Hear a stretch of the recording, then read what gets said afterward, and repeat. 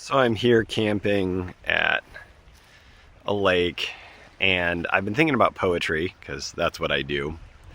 And I was thinking about this idea that I see online a lot, partly because I'm a guy and I get marketed to on YouTube a lot. This idea of everyday carry.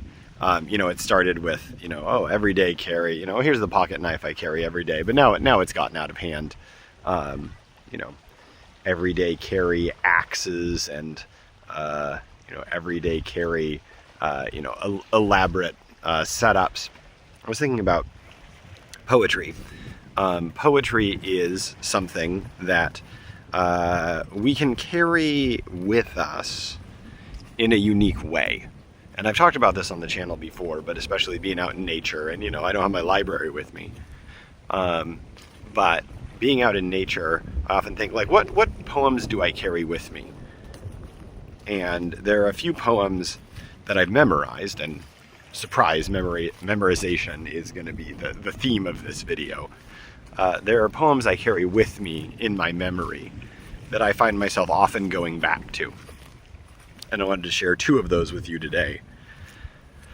Probably the poem that I quote the most often, both to myself and to others, is a sonnet by Gerard Manley Hopkins. And it begins, as kingfishers catch fire, dragonflies draw flame, as tumbled over rims in roundy wells stones ring, like each tuck string tells, each hung bell's bow swung finds tongue to fling out broad its name. Each mortal thing does one thing and the same, deals out that being indoors each one dwells, goes itself, myself it speaks and spells, saying, what I do is me, for that I came.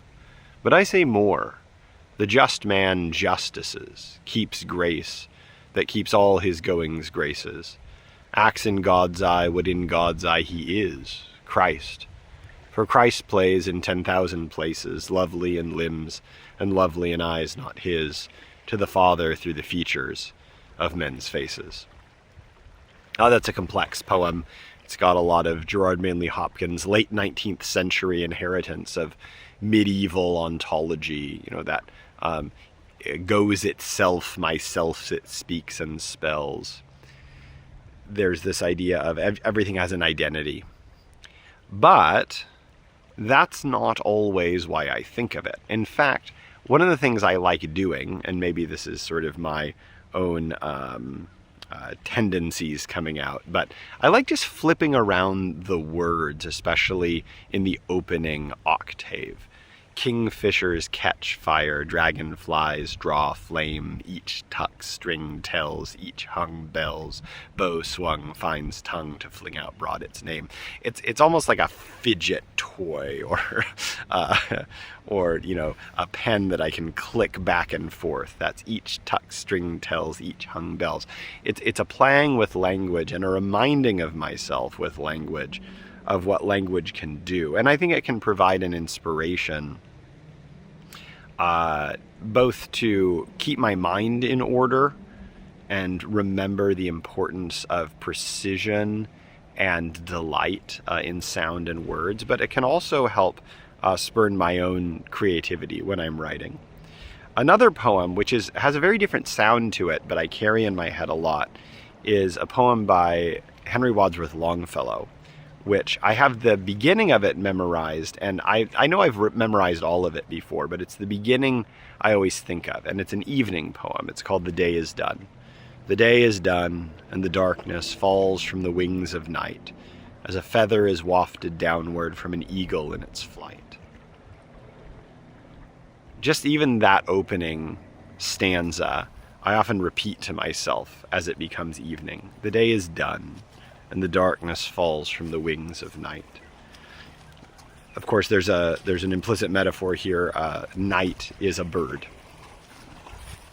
and darkness is falling from its wings like a feather. And Longfellow loved this idea of what he called birds of passage. That there are these birds that pass overhead, and that poems are like that.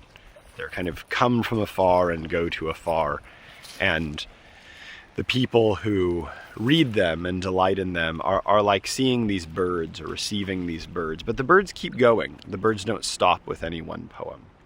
So maybe that's what I'm trying to talk about. That poetry is this unique art form that we can catch a hold of and put in our pocket, put in the pocket of our mind, and keep there and bring it out and look at it. You know, the world of poetry is not an endless scrolling. The world of poetry is a savoring. It's a coming back to. It's a reading and rereading and memorizing and dwelling. I've been thinking a lot in the past season about Psalm 24 from the King James. This is by the legendary King David. A bit older than the 19th century, probably around the 11th century BC. The earth is the Lord's and the fullness thereof. Who shall ascend the hill of the Lord? And who shall stand in his holy place? He who has clean hands and a pure heart. These words from the psalm have sort of echoed back and forth over the last few months. There's this sense of the fullness of the earth not being random, but belonging to the divine.